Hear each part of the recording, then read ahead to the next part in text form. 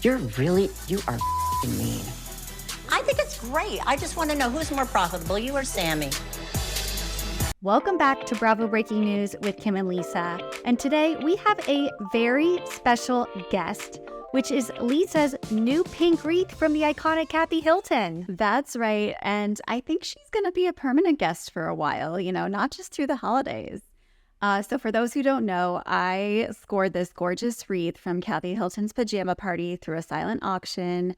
And make sure you go watch those videos because we had such a dreamy time. It was made by Kathy herself, and go to Instagram at Lisa Not Rinna to hear more about it and hear about its special connection to Rihanna. So this is like pop culture history right here, guys. I mean, it's a total vibe. It's going to be Christmas year round here at BBN Networks. So prepare yourselves because that wreath isn't coming down anytime soon. Okay, so this week on Real Housewives of Beverly Hills, Sutton and Garcelle are putting Dorit on their shit lists once again. Dorit is confronting Kyle about her new best friend Morgan, and we get Erica versus Denise, which has me literally shaking. And did you know that it's $7 for a naked bundle of Denise Richards on OnlyFans? You guys, I can't get it out of my head. I can't stop saying it. The way she delivered that line is just too much. Oh my gosh. No, I did not know that, but now something I will truly never forget. And like Sutton, I feel like I may need to check it out. But we're going to get into it all. But before we dive in, make sure you guys subscribe so you don't miss any Bravo breaking news. And if you're enjoying our videos, tell your friends, spread the word. We love to welcome in new Bravo fans, Beverly Hills fans, and we want to share all of this with you guys. Okay, so we open with, there's a bunch of opening scenes, but our real first scene is Sutton going on a date with someone who the matchmaker set her up with. And when she got out of the car, I was like, she's wearing sneakers on her date. And I thought this was very odd because Sutton, I don't know if we've ever really seen her in sneakers. So for her to choose that for a date, I thought was very questionable. It told me like, okay, she doesn't have a lot of expectations for this. The guy, I thought he was adorable and, you could tell he was a little nervous. But then we got into the mom stuff and the mommy issues, and it was a little wild. It was a little Norman Batesy for me, mom taking him to Vegas, mom taking him to a topless show. I kind of thought, is this Whitney and Patricia from Southern Charm in like 10 years? Maybe.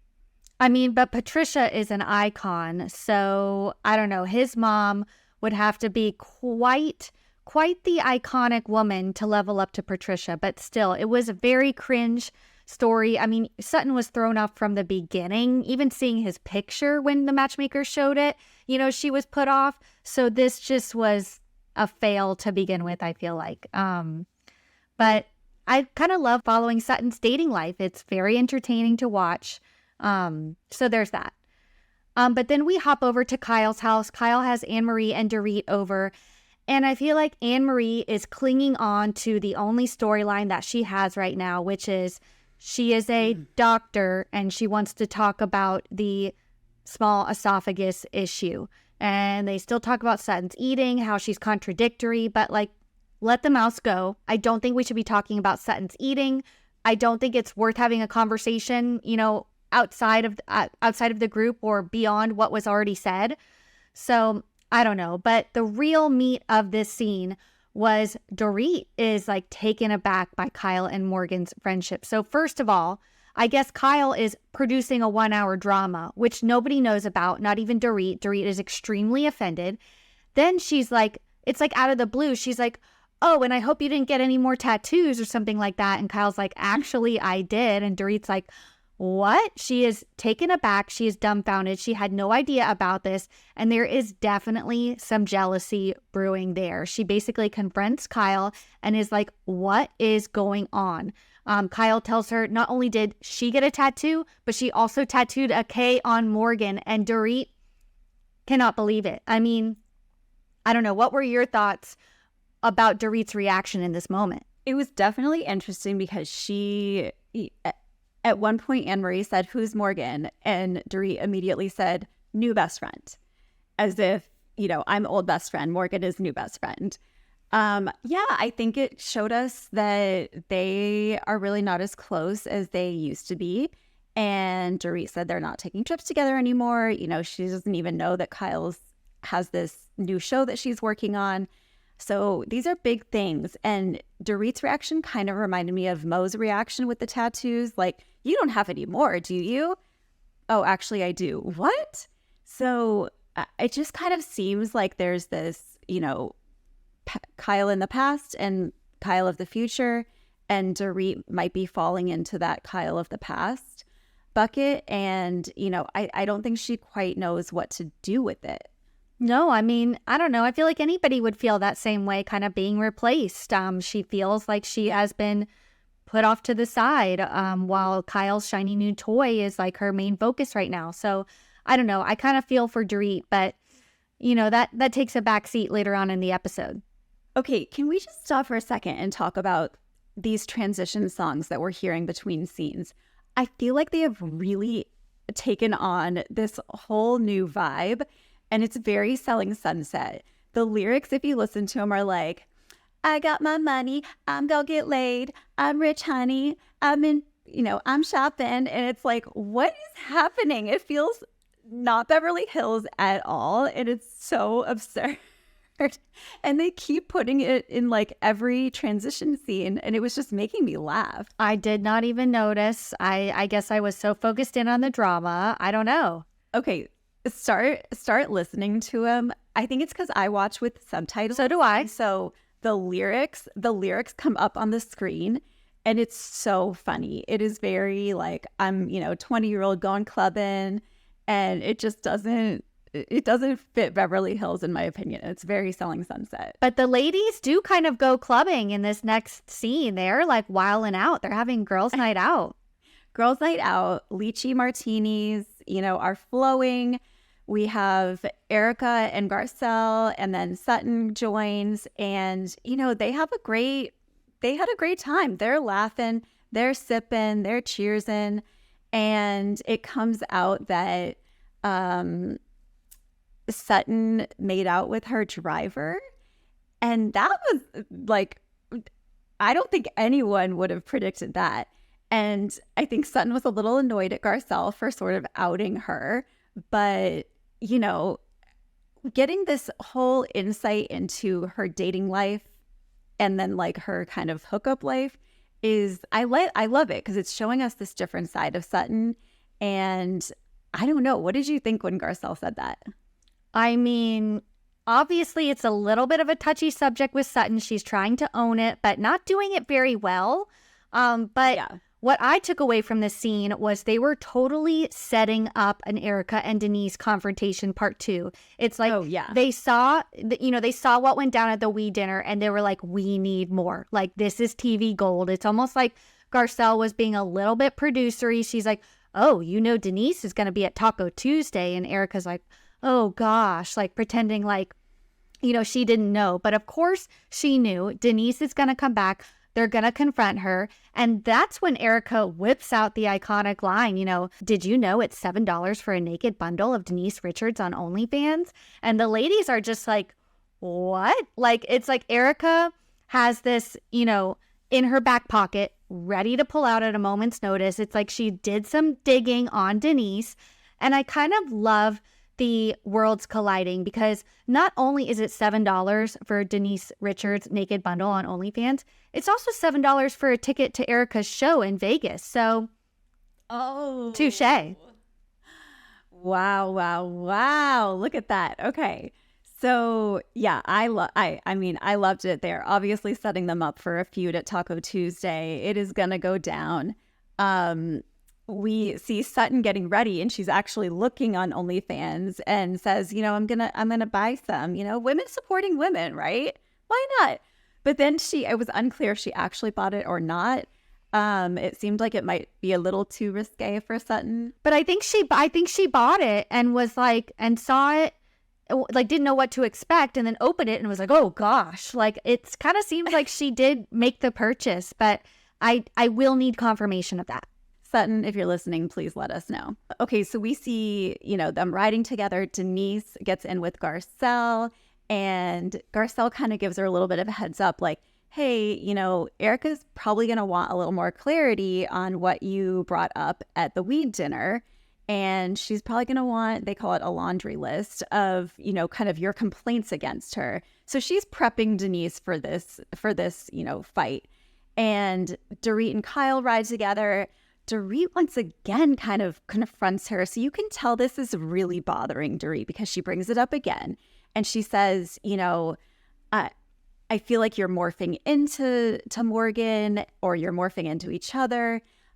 She says in her confessional that she kind of feels excluded and replaced. And it's just, but Kyle doesn't seem to be bothered by this at all. Instead of her saying, oh no, we're not morphing into each other, she kind of just laughs about it. And it's like, I guess Dorit's not wrong.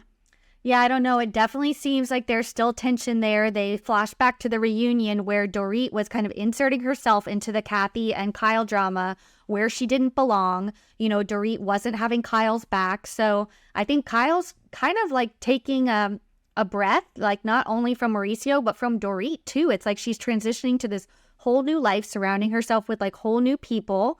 And that's kind of sad for, the people that she's leaving behind, because it seems like she feels like Dorit doesn't have her back, but Kyle definitely doesn't have Dorit's back, because at Taco Tuesday, Dorit gets slammed. She gets pummeled from every direction, it seems like. But let's move on to Taco Tuesday. We finally show up to Crystal's house. Finally, we get something at Crystal's house. I feel like she hasn't hosted anything or really done anything this season yet. But we immediately get introduced to Bill Burr's wife, which definitely makes an impact from the first scene that she shows up on. Obviously, there's more coming, but I feel like she would be a great addition to the Housewives. I don't know if this is like kind of a test for her, but I'm loving it so far. We also get a cameo from Matt, the bartender, who we have a personal relationship with from Kathy's PJ party. He was filling our champs. He was giving us shots of Casa del Sol. So, Matt, thank you for your service, and thank you for, making Dorit's drink exactly how she wanted it.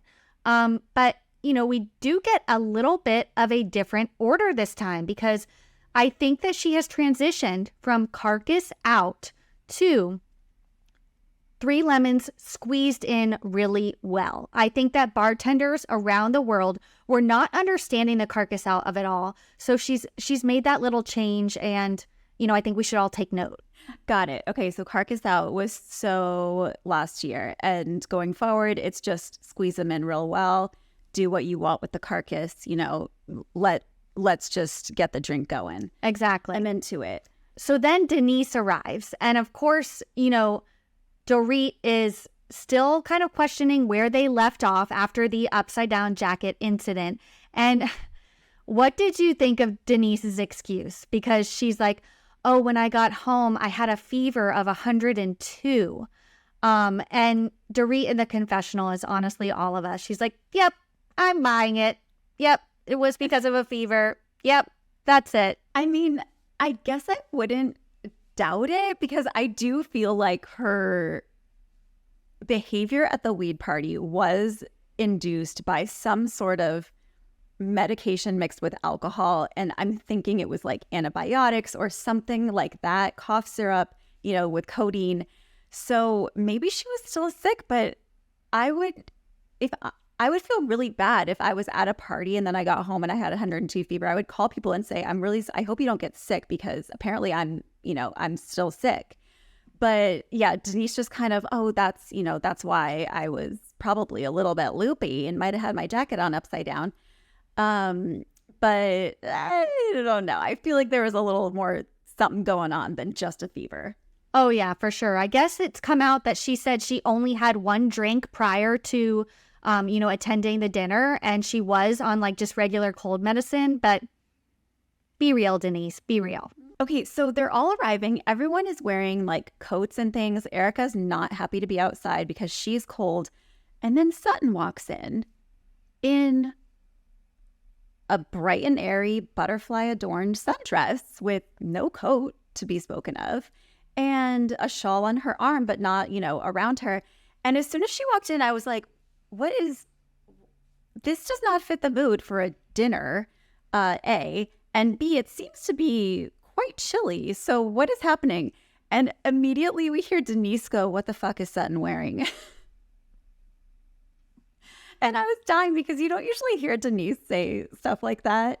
But she just went out with it and everyone's kind of, aren't you cold?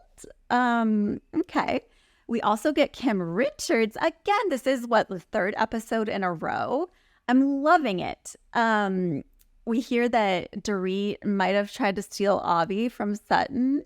And Avi's looked to the camera when Dorit said, "Can I not steal you?" And he just looked straight to the camera like, "You're getting this, right?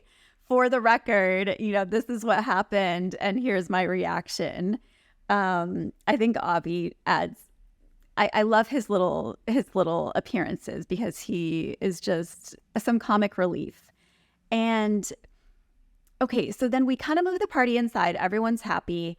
And we hear Erica bring up that Sutton made out with her driver. And she did not say this in intimate conversation, with just the couple of them. She basically yelled this across the room. And I thought, oh, damn, she is outing Sutton for this, But no one reacted except for Dorit. Dorit seemed to be the only one that heard it. And so she immediately is like, wait, what? First of all, you guys had this fun night out without me. And second of all, what is this I'm hearing you made out with your driver? So, okay, this kind of kicked off we're entering into act 3 of the night, and we are about to have the climax of the whole episode. So then Dorit kind of goes off, for lack of a better term, because first she's calling out Crystal for telling everybody that she was telling everybody that Sutton puts vodka in her coffee.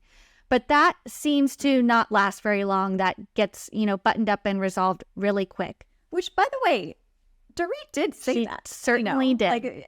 She did say that. She certainly did. But then Nia, Bill Burr's wife, who I think, let's make her a housewife, she enters the chat and brings up Magic Mike. I guess she's been a couple of times. And she says to the group, "Oh, I heard one of the people in your group didn't have a good time." Sutton again reiterates it was about the spread eagle. And she's like, "Who are you? How did you find out?" It was Dorit, of course. And, Sutton's, saying that she wasn't comfortable with it. She had the ones, but she wasn't going to be tucking them in anybody's pants, which... Why else do you have the ones? Why else do you have the ones? Makes no sense whatsoever. No. Then the driver makeout gets brought up again in front of the entire group. So first Garcelle said it, then Erica said it. Now Dorit is saying it, and Sutton is not happy. And we get a new name 'em, Sutton with the one-liners, Sutton with the iconic lines this season. It just won't stop. One thing about Sutton, when she is feeling attacked, she's going to repeat herself over and over and over again. That is her go-to defense mechanism. Why'd you bring it up? Why'd you bring it up? Why'd you ask the question? Answer the question. Answer the question. And Dorit is doing the same thing as Kyle. I'm trying to, but you won't let me talk. Stop asking the same question. Oh my God, it is kind of infuriating. But this is definitely a pattern for Sutton. And Kyle can kind of hear from the kitchen. She's like, "This sounds familiar. I feel like I've been here before." And it doesn't seem like she wants to run into the room to kind of help Dorit out at all in this moment. So Dorit finally says, "Erica screamed it across the room, and yet I'm the one who gets in trouble." And, I see her point, but also you were kind of trying to do something here. You were trying to out Sutton to make it, known that this happened, and it's a little scandalous, and might be a little out of character for Sutton since she's very buttoned up and prim and proper. At least that's how she presents herself. So, then it turns into what were Dorit's intentions? She says, "Oh, it was just a joke." And And then it kind of turns with Garcelle. Things take a turn for the worse. Oh boy, it gets super dark, super quick because, Dorit's basically like, you're attacking me. And Garcelle is like, whoa, whoa, whoa. That is not a word that you use with me. Like, you should know better. And yeah, I mean, I feel like Dorit did say it innocently. She didn't know. And this just kind of highlights the privilege, like Garcelle said. So I feel like Dorit should have just quickly taken that back, not questioned anything, just simply apologized and moved on and like kind of, admitted her ignorance. But then we get this really, really weird scene with Erica in the confessional, educating us on white privilege. Now, I know that this is the editors giving us that, and I feel like they were giving us that to be like, excuse me, what? Like, let's hear from Garcelle in this situation, not Erica. I don't know. Maybe they asked Garcelle and she didn't want to talk about it because she told Dorit, I'm not here to educate you. And, rightfully so. But let's be honest, she was not attacking Dorit in the least. Disagreeing with someone is not attacking them. And so I totally understood where Garcelle was coming from. Then we get this line. It's just like so awkward, right? Like there is just so much tension in the room. And I'm keep thinking, who's going to be the one to break it? Who's going to be the one to break it? And it's Kim Richards. Lovely Kim. Yeah, of course the editors are kind of filtering in her random lines. She's like, well, the bulgogi was great. And of course, we had the marker line last episode, which was just iconic. And leave it to Kim to lighten the mood. She's not there for the drama. She's there for a good time. And she's going to make it a good time no matter what's going on around her. Yeah. And so then we kind of end with Sutton saying, look, I know you're all kind of trying to, take me down or whatever, but I am moving forward at a very rapid speed and I'm going to move right past you. Y'all are going to be left back here and I am moving forward at an accelerated pace. And I was thinking, what is she talking about? Kyle's sitting next to her. I think they might even be sharing a chair. Kyle is trying to keep a straight face at this little monologue that Sutton has going on. And it's so funny because she's trying to hold it back.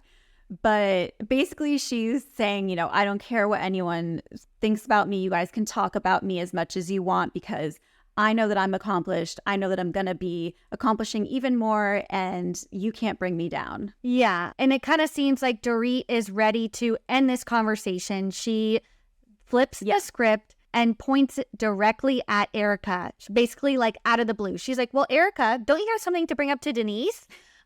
She wants the focus off of hot potato. She wants the focus off of her. She's passing the hot potato and Erica acts like she doesn't want it, but yet she has this ammunition in her pocket ready to go.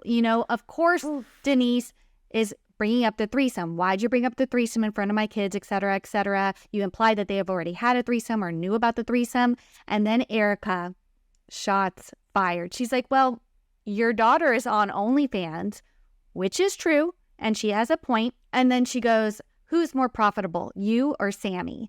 And that's when things take a very, very dark turn. We get it to be continued. I mean, Denise is left speechless because I don't know. I'm kind of on Erica's side. She's kind of right. I don't know, man. I think Erica just needs to apologize and say, listen, I'm sure at 14 they probably did know what a threesome was. But to imply that they had taken part in one, I think I do think that's gross. But she already did apologize.